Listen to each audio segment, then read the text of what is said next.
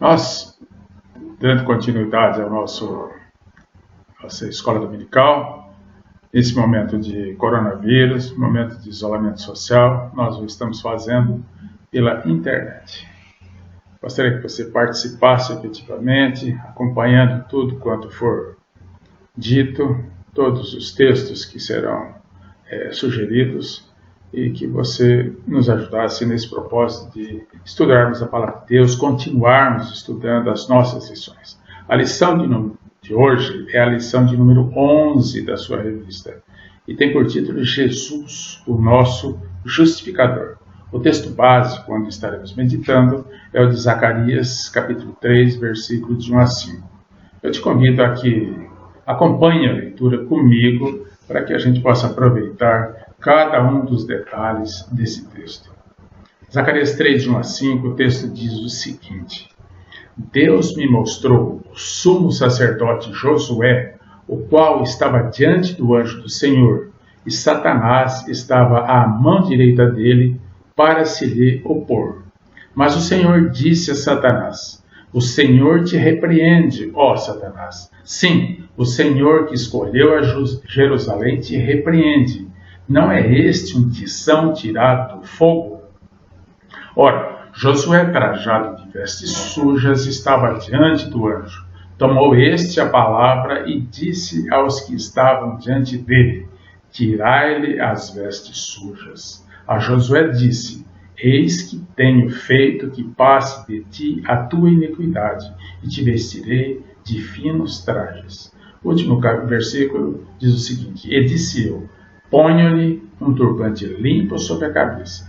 Puseram-lhe, pois, sobre a cabeça um turbante limpo, e o vestiram com trajes próprios, e o anjo do Senhor estava ali.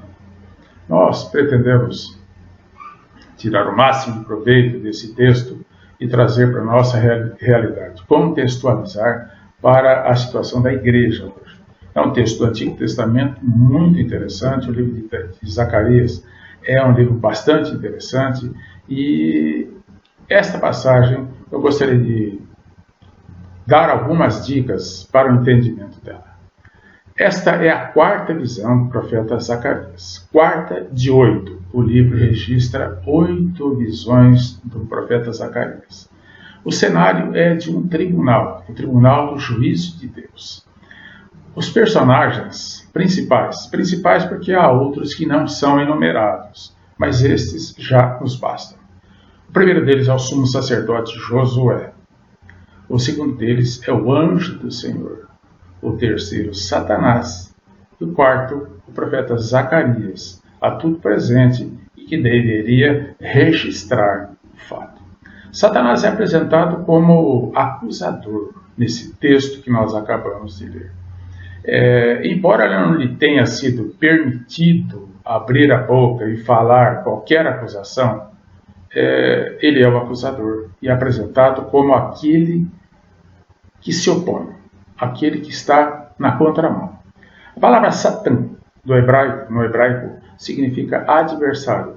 Ele é efetivamente aquele que se opõe, é o adversário de todos nós. E o texto no seu versículo de número 1 diz: E Satanás estava à mão direita dele para se lhe opor, para oferecer resistência, para oferecer acusação. No entanto, o anjo do Senhor não permitiu que ele abrisse a boca, nem era necessário. A presença de Satanás já significa acusação, já que significa a presença de um acusador. E como representante do povo, o profeta Josué, ele é que era o acusado. É aquele que estaria recebendo a carga das acusações de Satanás e estaria também sendo beneficiário das palavras do anjo do Senhor em seu favor. Ele, como representante do povo, diante do tribunal, ele não só recebia a acusação de Satanás em seu nome, como de todos os demais sacerdotes, já que ele era o sumo sacerdote, e também a acusação que recaía sobre todo o povo de Israel. Não era ele o único pecador, não era ele o único a quem Satanás pretendia acusar. Também não era ele a quem o anjo do Senhor estava a dirigir sua palavra de consolo. Hoje, a acusação de Satanás se estende a toda a igreja. Satanás tem os escolhidos por alvo. Os escolhidos são o alvo. Aqueles que estarão sendo beneficiados com a salvação em Cristo, esse, se Satanás puder, ele desvia a cada um. No entanto, o texto que nós acabamos de ler diz o seguinte: não é este um tição tirado do fogo? Quem é o tição? Tição somos nós, eu, você. Era naquele momento Josué, era naquele momento o povo de Deus, o povo de Israel, que foi retirado do fogo, salvo do fogo, livre do inferno, livre da punição. João, no seu capítulo 5, no Evangelho de João, versículo 24, diz o seguinte: não entrará em condenação aquele que for escolhido por Deus e salvo, remido e justificado por nosso Senhor Jesus Cristo, mas passou da morte para a vida. Se os escolhidos são o alvo de Satanás, podemos dizer que os escolhidos são salvos por Jesus. Quais são os objetivos da nossa lição? Onde é que nós pretendemos chegar? Bom, vamos reproduzir o que seria a lição sintetizada numa única frase. Satanás nem sempre mente em suas acusações. Muitas delas são verdadeiras. Não obstante, Jesus está pronto para sair em defesa do seu povo, imputando a sua obra perfeita àqueles que são acusados por Satanás e silenciando o acusador. Essa é uma síntese da lição. Vamos ver se a gente atinge o nosso objetivo. Os objetivos, onde é que nós queremos chegar? Queremos compreender que o pecado tem natureza vil e imunda. E também queremos compreender que há uma necessidade no nosso coração de nos regozijarmos em Jesus, que justifica o seu povo, nós, a igreja, e silencia o acusador. Vamos então ver se a gente atinge a esses objetivos. O que seria a justificação, já que nós temos o propósito de estudar sobre Jesus, o nosso justificador? O que significa justificação? Bom, nós daremos algumas definições que têm cunho teológico de alguns autores e alguns teólogos bastante conhecidos de várias linhas do pensamento cristão. E vamos ver o que é que a gente conclui a esse respeito. Bancroft diz o seguinte: a justificação é um ato judicial de Deus mediante o qual aquele que deposita sua confiança em Cristo é declarado justo aos seus olhos e livre de toda a culpa e punição.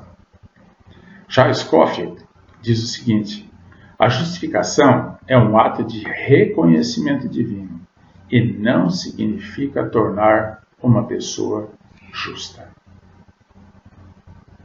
Berkhoff, que é bastante aceito na nossa igreja,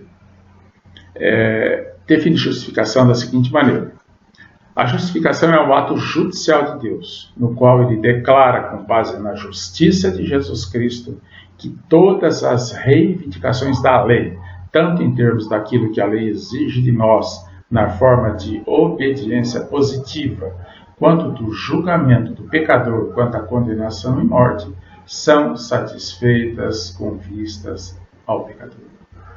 Essa definição de Berkhoff, bastante aceita entre nós.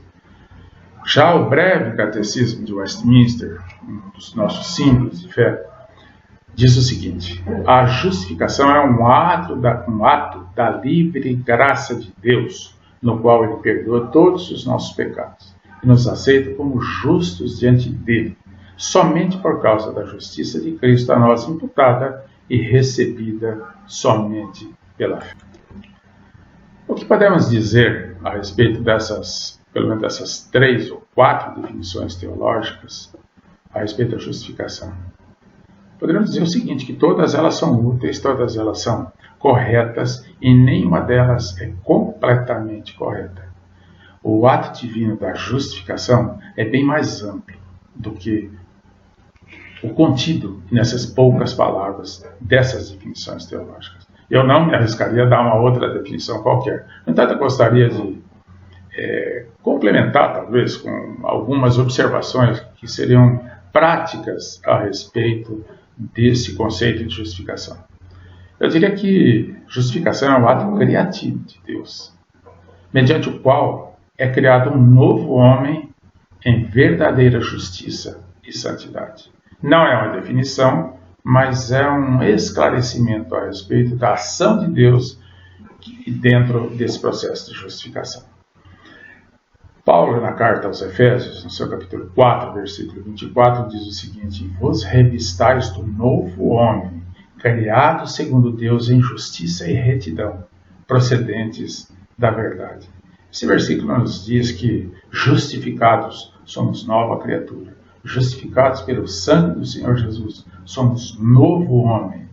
É um novo ato criador do nosso Deus, transformando-nos em pessoas reconhecidamente justas e retas diante do Senhor. Não por méritos próprios, mas pelo sangue do Senhor Jesus que foi derramado em nosso favor.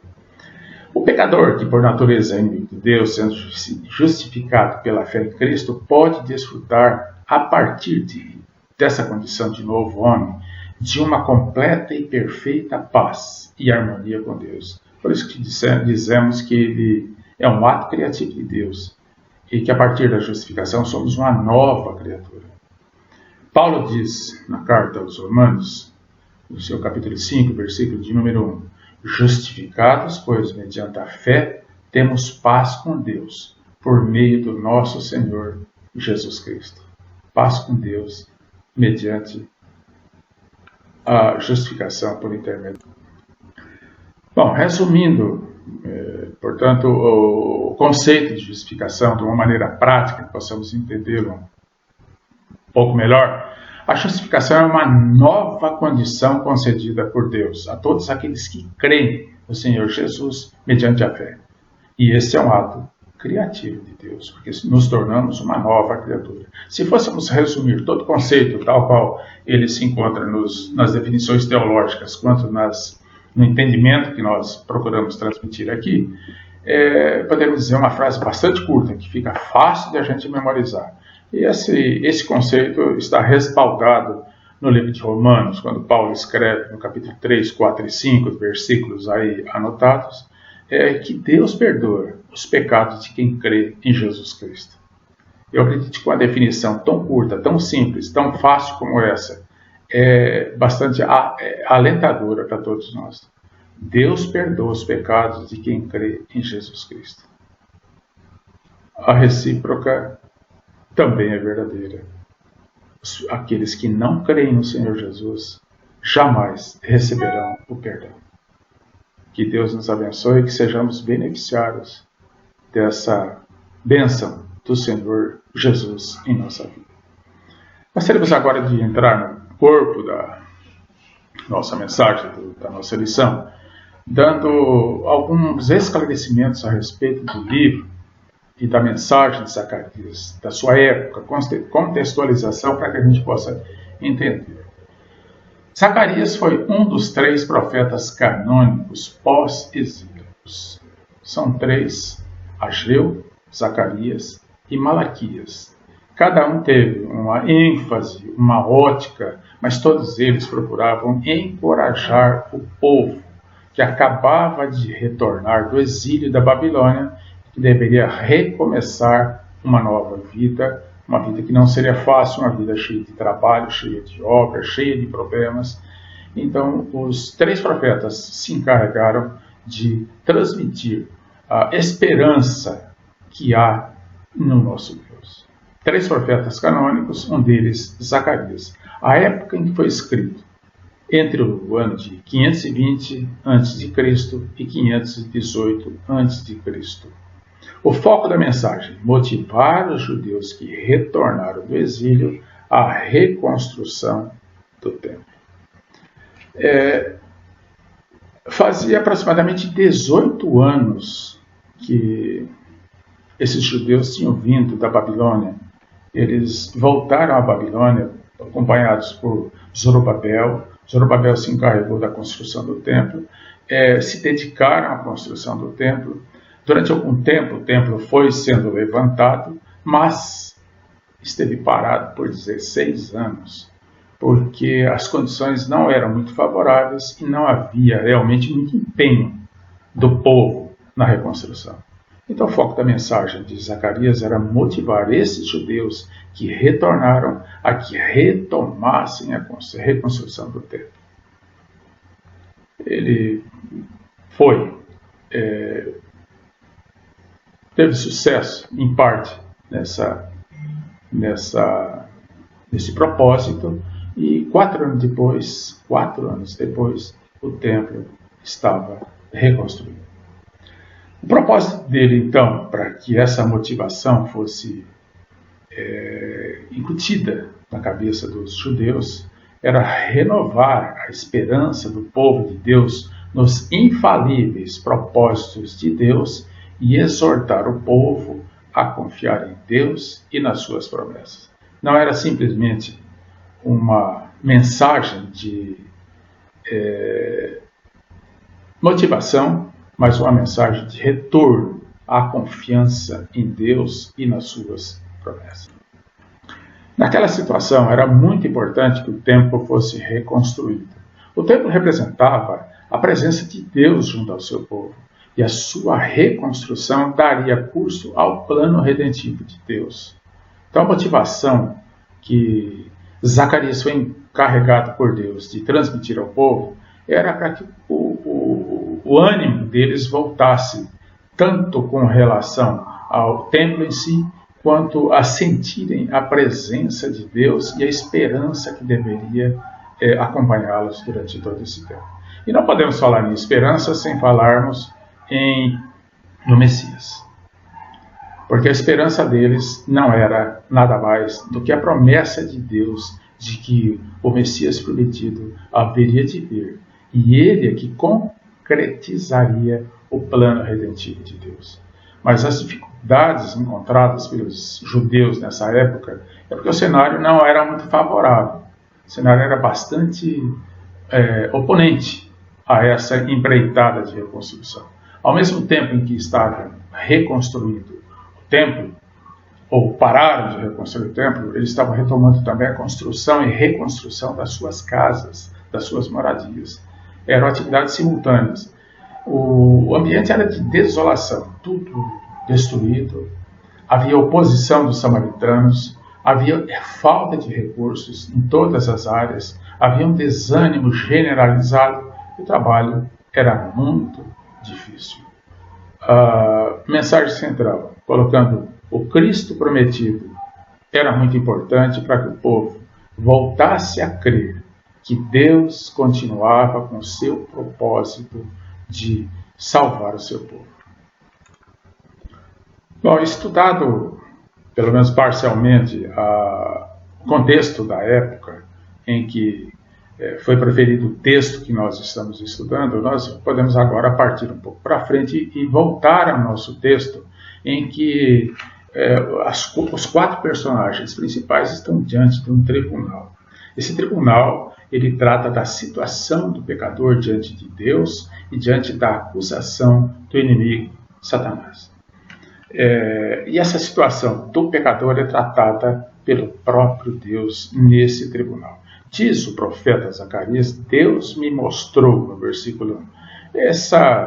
Esse Deus me mostrou significa que Deus construiu um palco, construiu um cenário para que aquilo que ele pretendia transmitir, não só ao sumo sacerdote Josué, como também a todo o povo de Israel, e deixar registrado para o povo dele que haveria de vir com Cristo à igreja. Não se tratava de uma situação nova, isso já era bastante conhecido dos judeus. Deus continuava atento ao cumprimento das suas promessas. A sentença dada a Josué era válida para todo o povo de Deus em todos os tempos, inclusive para nós. Para nós, a igreja, nos tempos atuais. As necessidades de Josué são também as nossas necessidades. O que Deus fez foi trazer à memória, trazer à cena um tribunal que haverá de vir para julgar tanto o ímpio quanto salvo. A situação do pecador, então, passa pela acusação de Satanás. Lá, naquela situação, ele vindicava a alma dos pecadores. E hoje ele continua vindicando a alma de todos os que se encontram afastados de Deus por causa do pecado. A menos que o próprio Deus manifeste a sua graça em favor dos seus eleitos, o final da história seria esse mesmo. Toda a humanidade condenada à danação eterna, atendendo à vindicação de Satanás. Mas Deus providenciou, Deus esteve presente, Deus presidiu o tribunal. Entretanto, significa que Deus teve a sua ação, uma ação poderosa e definitiva em favor do pecador. Mas o Senhor disse a Satanás: o Senhor te repreende, ó Satanás. Sim, o Senhor que escolheu a Jerusalém te repreende. Não é este um tição tirado do fogo?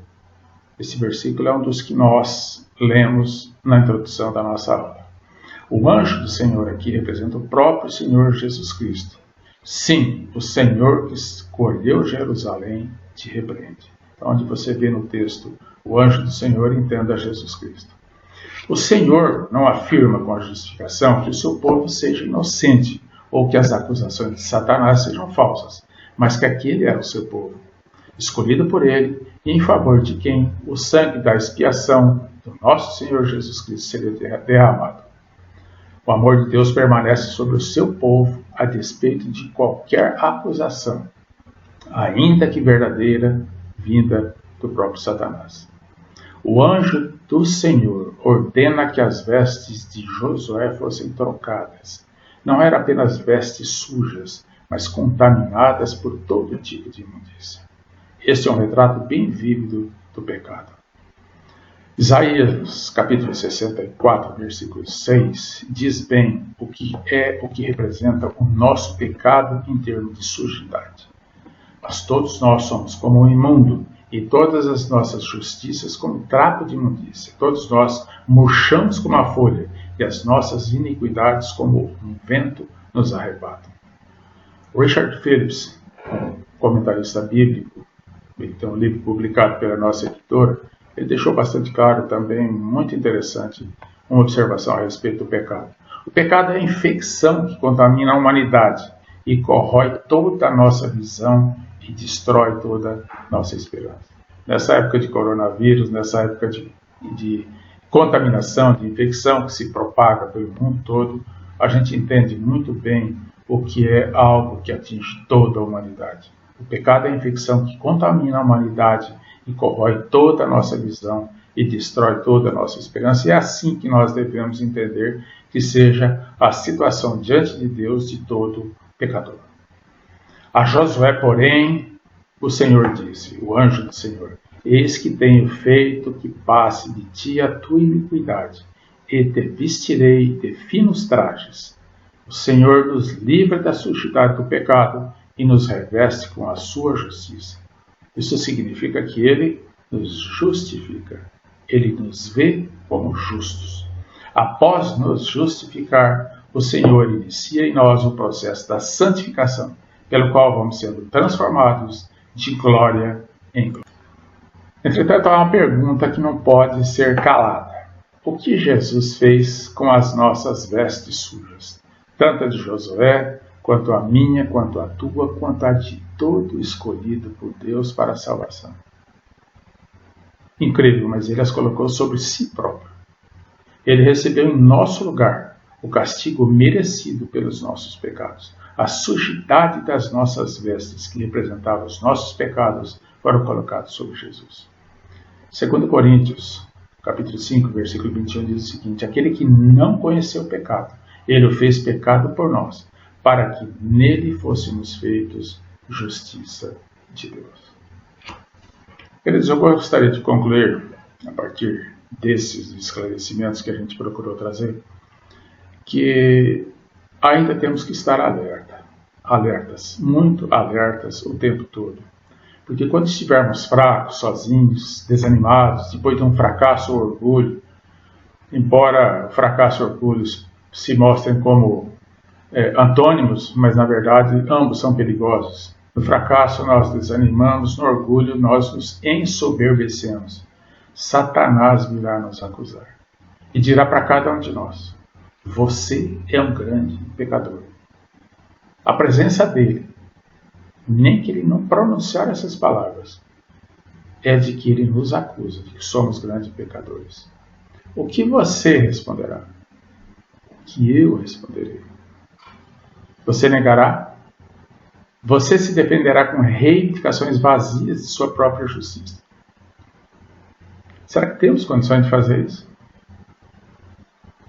É muito importante que a gente entenda que sem a obra expiatória, sem a justificação que há no sacrifício remidor de Cristo, nós jamais teríamos como responder a Satanás. O que nós devemos responder a Satanás é o seguinte: sim, você tem razão. Eu sou um grande pecador, mas eu tenho um grande Salvador. Olhe para a cruz, veja o sangue derramado por Cristo em meu favor. E o diabo se afastará de você e de mim. O acusador será emudecido pela obra de Cristo. Gostaria de desafiar você para que reconheça a importância da confissão de pecados. A confissão de pecados a gente reconhece que peca, continuamente peca, e que Satanás sabe fazer muito bem o seu papel de acusador, tanto na nossa consciência quanto diante do Senhor. Mas, entretanto, contudo, a maravilhosa graça de Jesus nos livra de todas as acusações. Isso aqui é importante para nós. Romanos diz o seguinte: agora, pois, já nenhuma condenação há para os que estão em Cristo Jesus. Romanos 8:1. Isso deve nos alentar para a maravilhosa obra do Senhor Jesus em nós. Que Deus abençoe, que Deus guarde a todos vocês nesse momento de grande provação.